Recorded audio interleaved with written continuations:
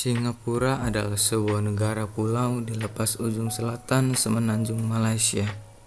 137 km atau 85 mil di utara Khatulistiwa di Asia Tenggara. Negara ini terpisah dari Malaysia oleh Selat Johor di utara dan dari Kepulauan Riau, Indonesia, oleh Selat Singapura di selatan. Secara astronomis, Singapura terletak di antara 1 derajat 11 lintang utara sampai 1 derajat 28 lintang utara dan 103 derajat 38 BT sampai 104 derajat 5 BT. Singapura adalah pusat keuangan terdepan ketiga di dunia dan sebuah kota di dunia kosmopolitan yang memainkan peran penting dalam perdagangan dan keuangan internasional. Pelabuhan Singapura adalah satu dari 5 pelabuhan tersibuk di dunia. Berikut ini adalah profil negara Singapura.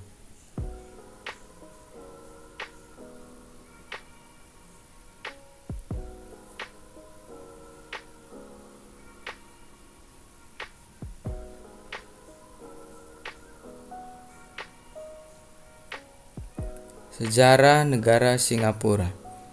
Pada zaman dahulu kala, Singapura dikenal sebagai Sea Town atau kota laut. Meskipun catatan sejarah awal Singapura masih belum dapat dipastikan keabsahannya, sebuah catatan dari bangsa Tionghoa pada abad ketiga menyebutnya sebagai Pu Luau Chong atau pulau di ujung semenanjung. Kemudian, kota ini disebut sebagai Temasek atau kota laut.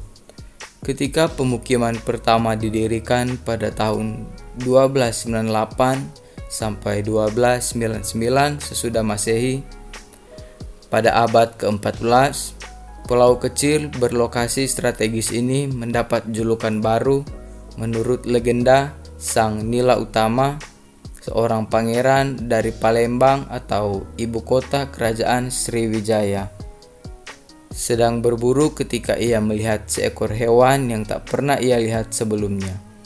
Menganggap ini pertanda yang bagus, beliau kemudian mendirikan kota di mana hewan itu ditemukan dan menamainya Kota Singa atau Singapura, yang diambil dari bahasa Sanskerta Simha atau singa dan pura atau kota. Lokasi yang strategis, kota ini menjadikannya pusat perdagangan yang ideal. Singapura modern didirikan pada abad 19 berkat politik, perdagangan, dan seorang pria yang dikenal sebagai Sir Thomas Stamford Raffles. Selama masa ini, Kerajaan Inggris sedang mengincar pelabuhan singgah di kawasan ini untuk dijadikan pangkalan armada niaganya. Dan demi mencegah setiap kemajuan yang dibuat Belanda, Singapura yang saat itu menjadi pos perdagangan baru di sepanjang Selat Malaka tampak sesuai. Raffles yang saat itu menjabat Letnan Gubernur Bencoolen atau sekarang Bengkulu di Sumatera mendarat di Singapura pada 29 Januari 1819. Menyadari besarnya potensi pulau yang tertutup rawa ini, ia pun membantu untuk melakukan perundingan dengan penguasa setempat dan menjadikan Singapura sebagai pos perdagangan. Tak lama, kota ini pun berkembang sebagai pusat perdagangan dan tempat penyaluran barang, menarik imigran dari Tiongkok, India, Kepulauan Malaysia, dan lainnya. Pada 1822, Raffles mencanangkan Raffles Town Plan, yang juga dikenal sebagai Jackson Plan, untuk mengatasi masalah ketidakaturan yang makin parah di koloni. Daerah pemukiman etnis dipisahkan menjadi 4 wilayah. European Town dihuni oleh pedagang Eropa, Eurasia, dan orang yang kaya raya. sedangkan etnis Tionghoa diletakkan di Chinatown hari ini dan sisi tenggara Singapore River. Etnis India bermukim di kampung Chulia di utara Chinatown, dan kampung Gelam menampung warga Muslim, etnis Melayu, dan Arab yang bermigrasi ke Singapura. Singapura terus berkembang sebagai pos perdagangan dengan berdirinya beberapa bank utama, asosiasi komersial, dan Chambers of Commerce. Pada 1924, sebuah jalur lintasan yang menghubungkan bagian utara Singapura dengan Johor baru dibuka. Menyerahnya pasukan sekutu pada tahun 1942. Kemakmuran Singapura mengalami pukulan besar selama Perang Dunia Kedua. Ketika pulau ini diserang oleh Jepang pada 8 Desember 1941, penjajah tiba dari utara, mengacaukan para komandan militer Inggris yang mengira serangan laut akan dilancarkan dari sisi selatan. Meskipun menang jumlah, pasukan sekutu menyerah kepada Jepang pada tahun baru Imlek 15 Februari 1942. Ini merupakan tindakan menyerah terbesar dari pasukan Inggris dalam catatan sejarah. Pulau ini yang dulu dieluk-elukan sebagai benteng yang tak tertembus, diganti namanya menjadi Shonanto atau cahaya dari Pulau Selatan dalam bahasa Jepang. Ketika Jepang menyerah pada 1945, pulau ini diserahkan kepada pemerintahan militer Inggris yang tetap berkuasa hingga negeri-negeri selat yang terdiri atas Penang, Melaka, dan Singapura dibubarkan. Pada April 1946, Singapura menjadi negara koloni kerajaan Inggris. Singapura menempuh jalan yang panjang hingga menjadi seperti sekarang ini. Pada 1959, bertumbuhnya jiwa nasionalisme mengarah pada pemerintahan mandiri dan pemilihan umum pertama yang diadakan di Singapura, People's Action Party atau yang disingkat PAP, memenangkan sebagian besar dari 43 kursi dan Lee Kuan Yew menjadi Perdana Menteri pertama Singapura. Pada 1963, Malaysia dibentuk, terdiri dari Federasi Malaya, Singapura, Sarawak, dan Kalimantan Utara yang sekarang adalah Sabah. Gerakan itu dimaksudkan untuk mendorong hubungan yang lebih dekat. Namun, penyatuan Singapura dengan negara lainnya terbukti gagal. Dan kurang dari 2 tahun kemudian, tepatnya pada tanggal 9 Agustus 1965, Singapura meninggalkan Malaysia untuk menjadi negara demokratis yang merdeka dan berdaulat. Saat ini, banyak irisan dan multibudaya, penjajahan, dan peperangan masa lalu di Singapura terabadikan di dalam dan sekitar kota ini. Anda dapat mengunjungi monumen, museum, dan tugu peringatan atau kembali ke masa silam dengan menyusuri Heritage Trail. Geografi dan iklim.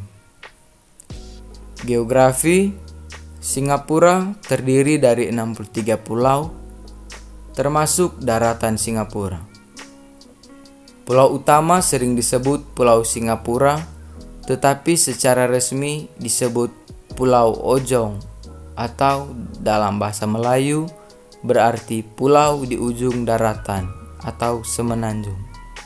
Terdapat 2 jembatan buatan menuju Johor, Malaysia, Jalan Layang Johor, Singapura di utara, dan penghubung kedua Malaysia, Singapura di barat. Pulau Jurong, Pulau Tekong, Pulau Ubin, dan Pulau Sentosa adalah pulau-pulau yang besar dari beberapa pulau kecil di Singapura. Titik alami tertinggi adalah Bukit Timah Hill dengan tinggi 166 meter. Singapura memiliki banyak proyek reklamasi tanah dengan tanah diperoleh dari bukit, dasar laut, dan negara tetangga.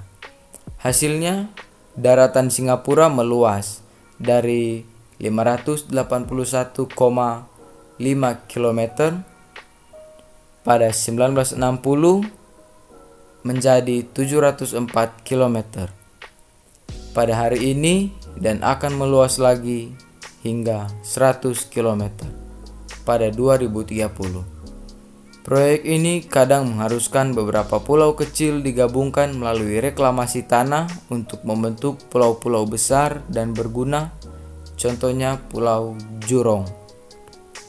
Iklim. Dalam sistem klasifikasi iklim Köppen, Singapura memiliki iklim tropik khatulistiwa tanpa musim yang nyata berbeda. Kesamaan suhu, kelembapan tinggi, dan curah hujan yang melimpah. Suhu berkisar antara 22 hingga 34 derajat Celcius atau 71,6 hingga 93,2 derajat Fahrenheit. Rata-rata kelembapan relatif berkisar antara 90% di pagi hari dan 60% di sore hari. Pada cuaca hujan yang berkepanjangan, kelembapan relatif dapat mencapai 100%. Suhu terendah dan tertinggi yang tercatat dalam sejarah maritim Singapura adalah 19,4 derajat Celcius atau 66,9 derajat Fahrenheit dan 35,8 derajat Celcius atau 96,4 derajat Fahrenheit. Bulan Mei dan Juni merupakan bulan terpanas, sedangkan November dan Desember merupakan musim muson atau basah. Dari bulan Agustus hingga Oktober seringkali terdapat kabut. Terkadang cukup mengganggu hingga pemerintah mengeluarkan peringatan kesehatan kepada publik. Hal ini disebabkan oleh kebakaran semak belukar di negara tetangganya, Indonesia. Singapura tidak menggunakan waktu musim panas atau perubahan zona waktu musim panas.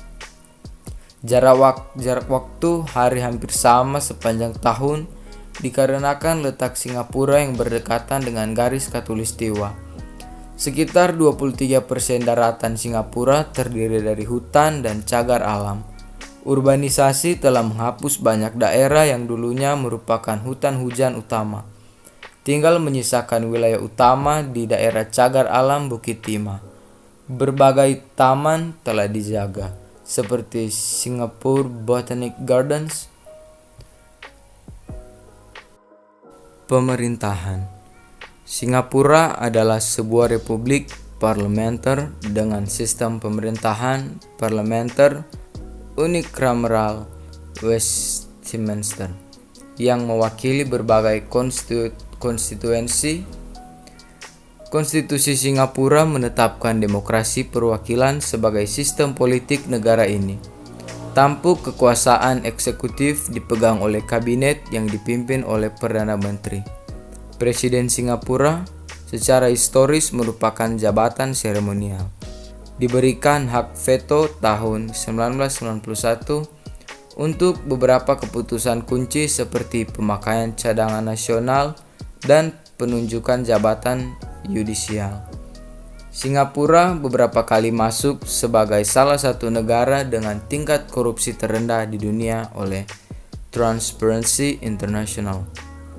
Meski hukum di Singapura diwariskan dari hukum Inggris dan India Britania dan meliputi banyak elemen hukum umum Inggris, dalam beberapa kasus hukum ini keluar dari warisan tersebut sejak kemerdekaan. Contohnya adalah pengadilan oleh juri dihapuskan. Singapura memiliki hukum dan penalti yang meliputi hukum korporal, yudisial, dan bentuk pencambukan untuk pelanggaran seperti pemerkosaan, kekerasan, kerusuhan, penggunaan obat-obat terlarang, vandalisme properti, dan sejumlah perangkap pelanggaran imigrasi.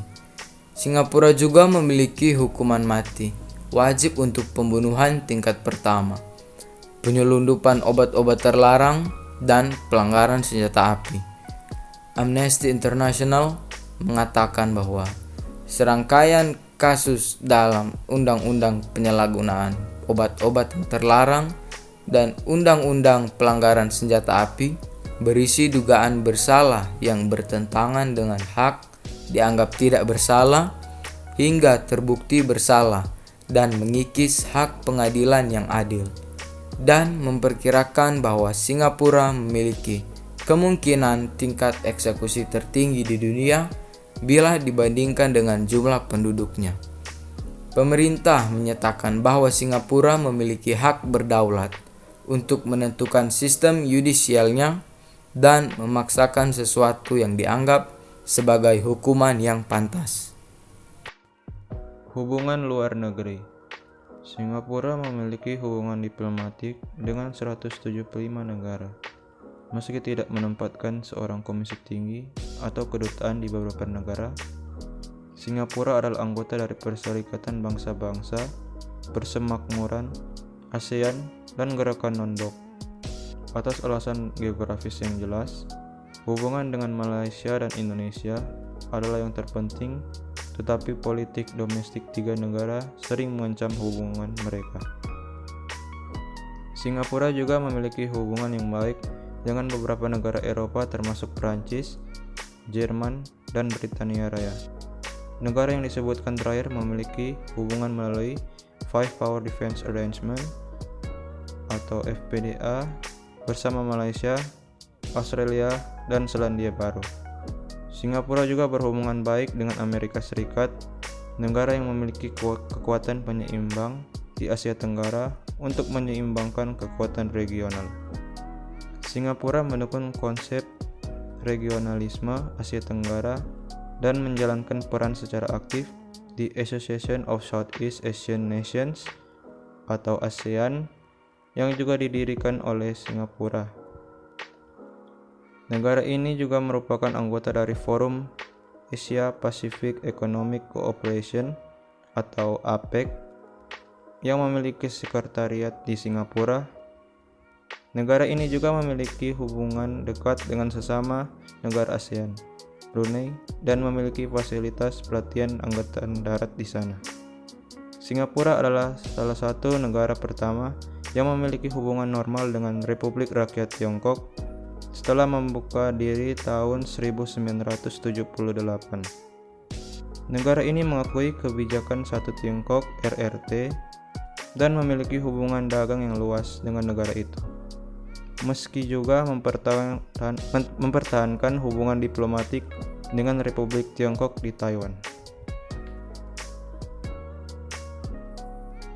Militer. Meski ukurannya kecil, Singapura memiliki salah satu pasukan militer paling maju di Asia Tenggara.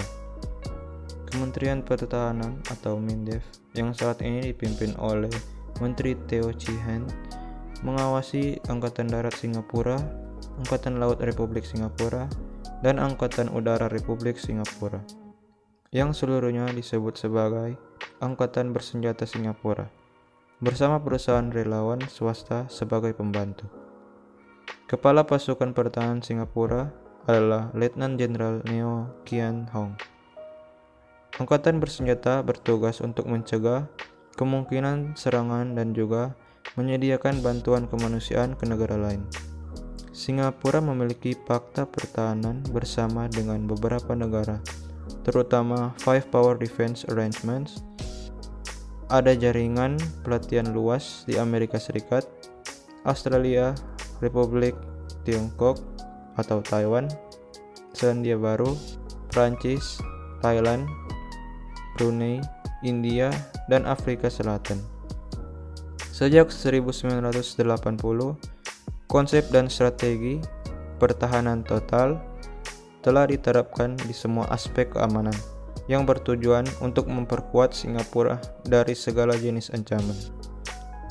Kekuatan militer Singapura menduduki peringkat 51 dunia, di atas Belarusia dan Hungaria.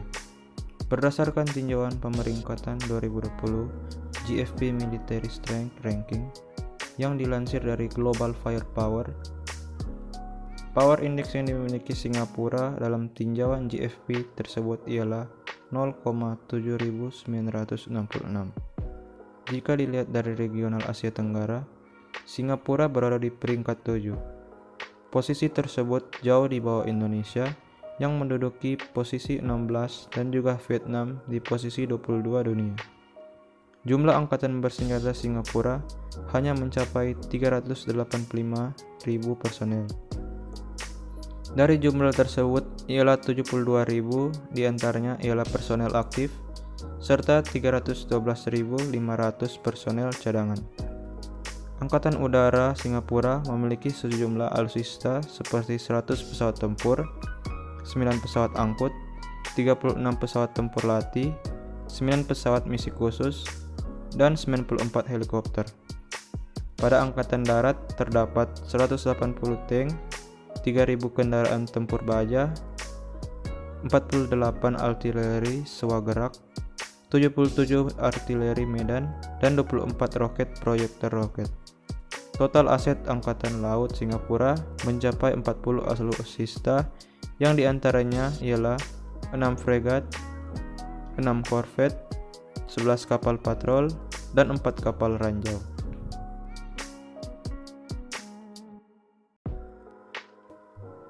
Ekonomi.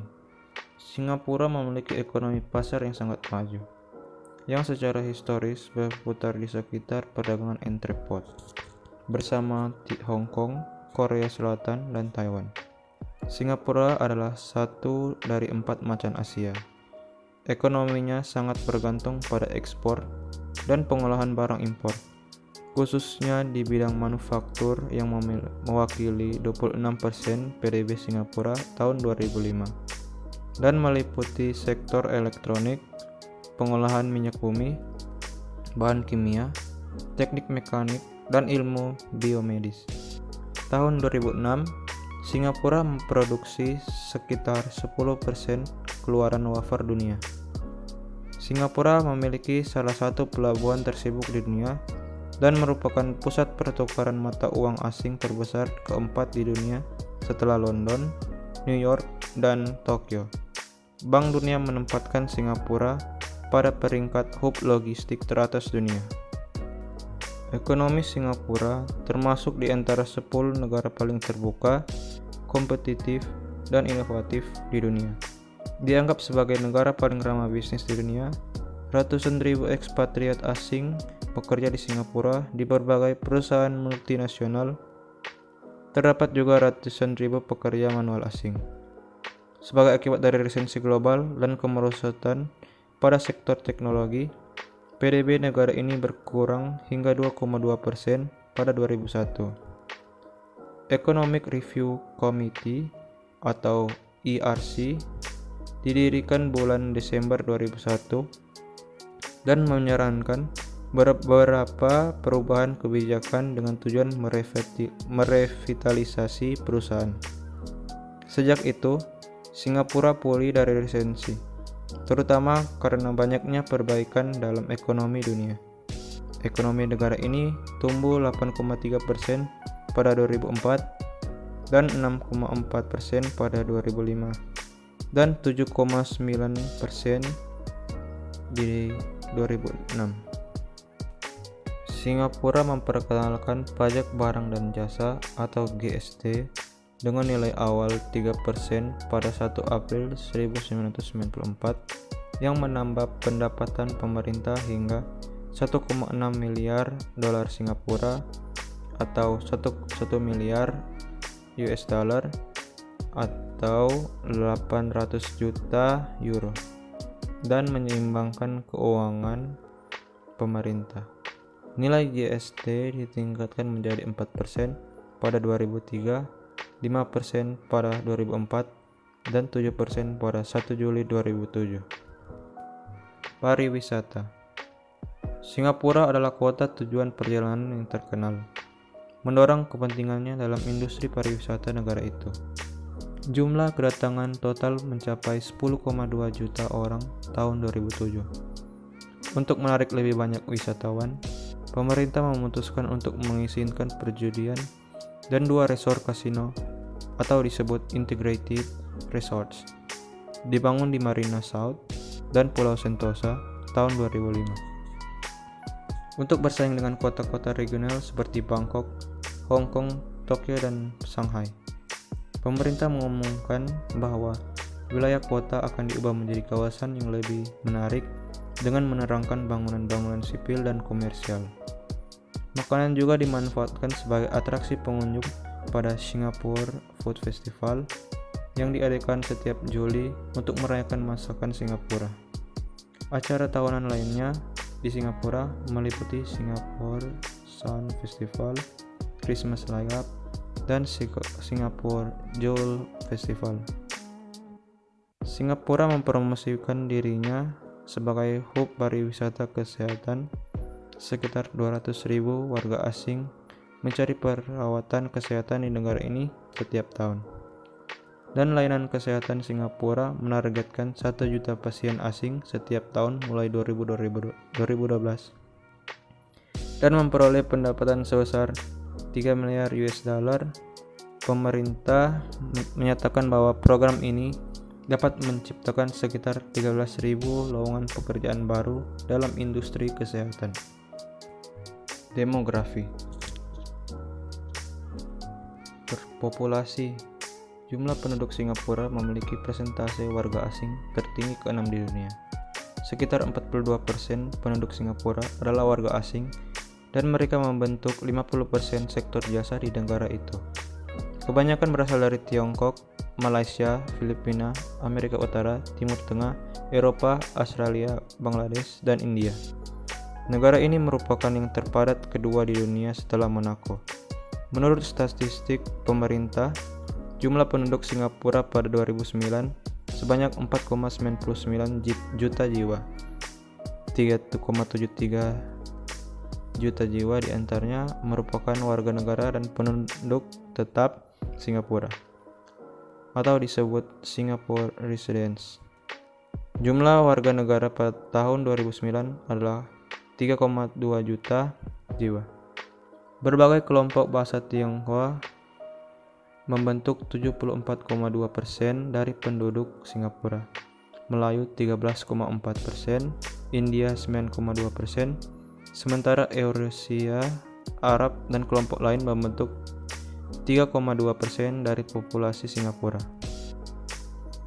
Pada 2008, tingkat kelahiran total hanya 1,28 anak setiap wanita, terendah ketiga di dunia dan di bawah batas 2,1 yang dibutuhkan untuk mengganti populasi pada masa depan. Tahun 2008, 39.826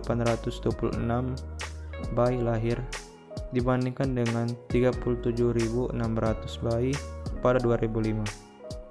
Jumlah ini belum cukup untuk mempertahankan pertumbuhan penduduk. Untuk mengatasi masalah ini, pemerintah mendorong warga asing untuk pindah ke Singapura. Jumlah besar imigran ini telah mencegah populasi Singapura berkurang.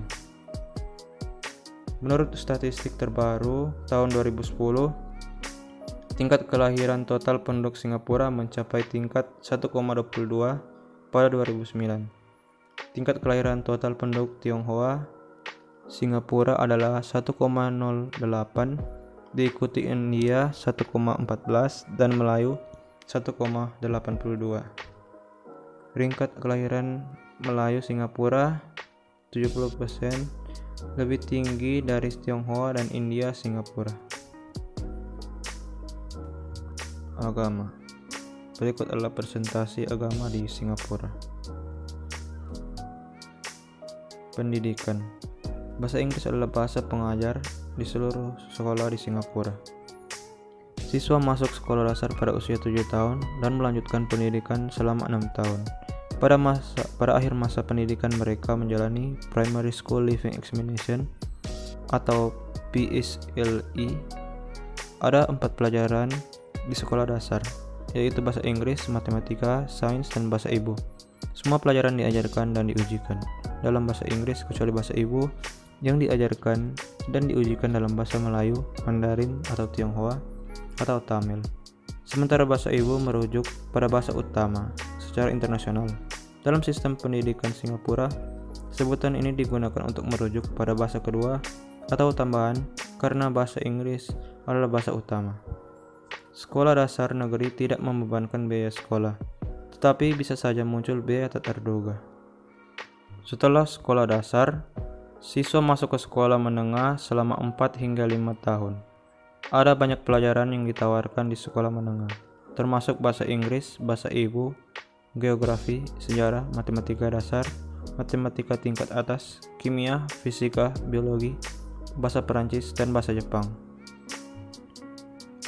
Siswa rata-rata mempelajari 7-8 pelajaran, tetapi sudah umum bagi siswa untuk mengambil lebih dari 8 pelajaran. Pada akhir sekolah menengah, siswa menjalani ujian Singapore Cambridge GCE O-Level dan hasilnya menentukan jenis jalur pendidikan pasca menengah yang akan mereka teruskan. Biaya sekolah di kebanyakan sekolah menengah negeri dibulatkan sampai 5 SGD setelah disubsidi pemerintah. Tetapi, ada sekolah-sekolah menengah swasta yang membebankan ratusan dolar untuk biaya sekolah setiap bulannya. Tidak semua siswa masuk ke sekolah menengah. Banyak di antaranya yang meneruskan pendidikan ke institut pendidikan vokasi seperti Institute of Technical Education atau ITE, tempat mereka lulus dengan sertifikat vokasi. Siswa lainnya meneruskan pendidikan ke Singapore Sports School atau sekolah dengan program terintegrasi sehingga mereka dapat melompati ujian Singapore Cambridge GCE O-Level secara bersamaan. Setelah ujian tingkat O pada usia sekitar 16 tahun, siswa secara normal masuk ke sebuah junior college, centralized institute atau polytechnic. Program di junior college dan centralized institute mengarah pada ujian tingkat GCE-A setelah 2 atau 3 tahun. Ada 5 politeknik di Singapura, yaitu Singapore Polytechnic, NGN Polytechnic, Temasek Polytechnic, Nanyang Polytechnic, dan Republic Polytechnic. Tidak seperti institusi di negara lain, Politeknik di Singapura tidak memberi gelar. Mahasiswa politeknik lulus dengan diploma pada akhir 3 tahun kuliah. Ada 5 universitas negeri di Singapura: National University of Singapore, Nanyang Technological University, Singapore Management University, Singapore University of Technology and Design, dan Singapore Institute of Technology. Pemerintah telah membangun lebih banyak universitas negeri dalam beberapa dasawarsa terakhir dengan harapan dapat menyediakan pendidikan tinggi untuk 30% dari setiap kelompok. Mata kuliah di politeknik dan universitas diajarkan dalam bahasa Inggris.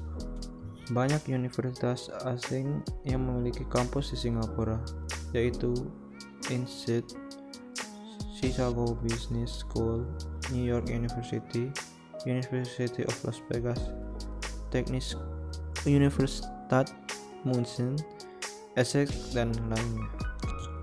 Bahasa.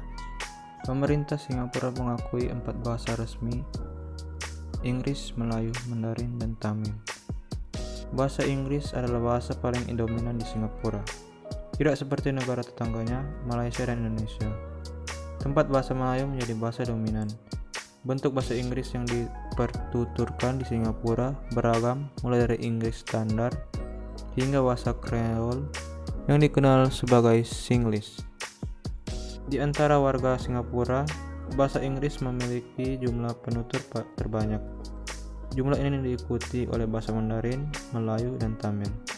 Pengejaan dan kosakata yang digunakan berasal dari bahasa Inggris Britania, dengan beberapa pengecualian, misalnya penggunaan pants Amerika Serikat menggantikan trousers Britania Raya. Penggunaan bahasa Inggris meluas di Singapura setelah 1965 ketika diberlakukan sebagai bahasa utama dalam sistem pendidikan negara ini. Di sekolah, anak-anak diharuskan mempelajari bahasa Inggris dan 1 dari 3 bahasa resmi lain sebagai bahasa ibu. Pada 1987, bahasa Inggris diumumkan sebagai bahasa utama resmi dalam sistem pendidikan Singapura. Bahasa Melayu adalah bahasa nasional karena alasan simbolis dan historis, dan secara umum dipertuturkan oleh masyarakat Melayu Singapura.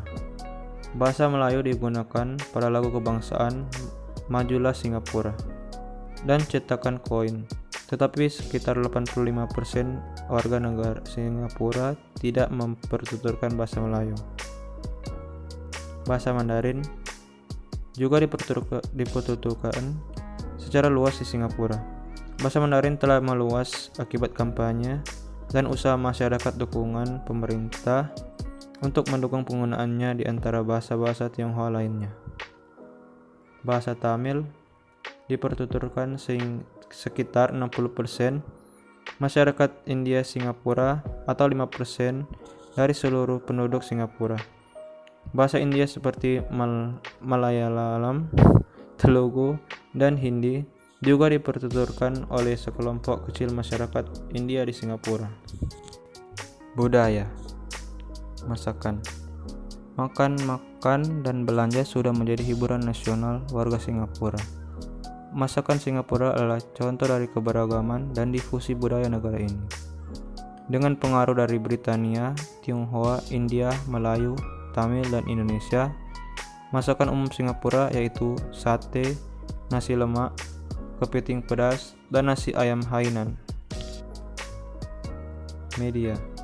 MediaCorp, perusahaan media milik negara, mengoperasikan ke-7 saluran televisi terestrial lokal yang gratis dan 14 saluran radio. Semua stasiun radio dan televisi adalah badan usaha milik negara.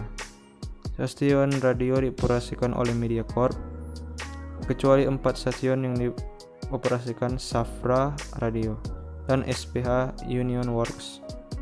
Layanan televisi IPTV dan kabel berbayar dimiliki oleh StarHub dan Singtel. Kepemilikan pribadi terhadap parabola satelit yang mampu menyalurkan konten televisi tanpa sensor dari luar negeri dianggap ilegal. Media cetak Singapura meliputi 16 surat kabar dengan sirkulasi aktif dan sejumlah majalah harian diterbitkan dalam bahasa Inggris, Tionghoa, Melayu, dan Tamil. Dengan media cetak didominasi oleh Singapore Press Holdings atau SPH, penerbit harian utama berbahasa Inggris milik pemerintah, The Straits Times. SPH menerbitkan hampir semua surat kabar harian, termasuk sebuah harian dwi bahasa gratis, My Paper, yang mengklaim sebagai harian pertama di dunia dengan cakupan bahasa Inggris dan Tionghoa yang setara. Kebanyakan dari surat kabar ini memiliki versi daring paralel, termasuk The Straits Times, The New Paper, dan Business Times. Begitu juga dengan Today, sebuah tabloid gratis berbahasa Inggris yang diterbitkan oleh MediaCorp, satu-satunya surat kabar yang diterbitkan SPH. Satu pemancar radio berbasis di Singapura yang berada di luar pengawasan pemerintah adalah stasiun pemancar timur jauh milik BBC World Service. Seni. Sejak 1990-an, pemerintah telah berusaha mempromosikan Singapura sebagai pusat seni dan budaya, khususnya seni drama, dan mengubah negara ini menjadi gerbang antara timur dan barat yang kosmopolitan. Puncak dari usaha pemerintah ini adalah pembangunan Esplanade, sebuah pusat seni drama kelas atas yang dibuka pada 12 Oktober 2002. Selain itu, Singapore Arts Festival merupakan kegiatan tahunan yang diadakan National Arts Council. Drama komedi jalanan juga meningkatkan jumlahnya, termasuk acara mikrofon terbuka yang diadakan setiap minggu. Singapura mengadakan Genie International Ballet Competition 2009, sebuah kompetisi balet klasik bergengsi yang diadakan oleh Royal Academy of Dance. sebuah dewan juri tari internasional yang berpusat di London, Britania Raya. Olahraga dan rekreasi. Olahraga kegemaran warga Singapura meliputi olahraga terbuka seperti sepak bola, basket, kriket, renang, berlayar, dan beberapa olahraga tertutup seperti tenis meja dan bulu tangkis. Sebagian besar warga Singapura tinggal di wilayah pemukiman umum dengan fasilitas seperti kolam renang umum, lapangan basket terbuka, dan komplek olahraga tertutup di dekatnya. Sebagaimana halnya sebagai sebuah pulau, olahraga air sangat terkenal, termasuk berlayar, kayak, dan ski air. Selam scuba adalah rekreasi lain yang bisa dilakukan di sekitar Pulau Hantu yang dikenal kaya akan terumbu karang.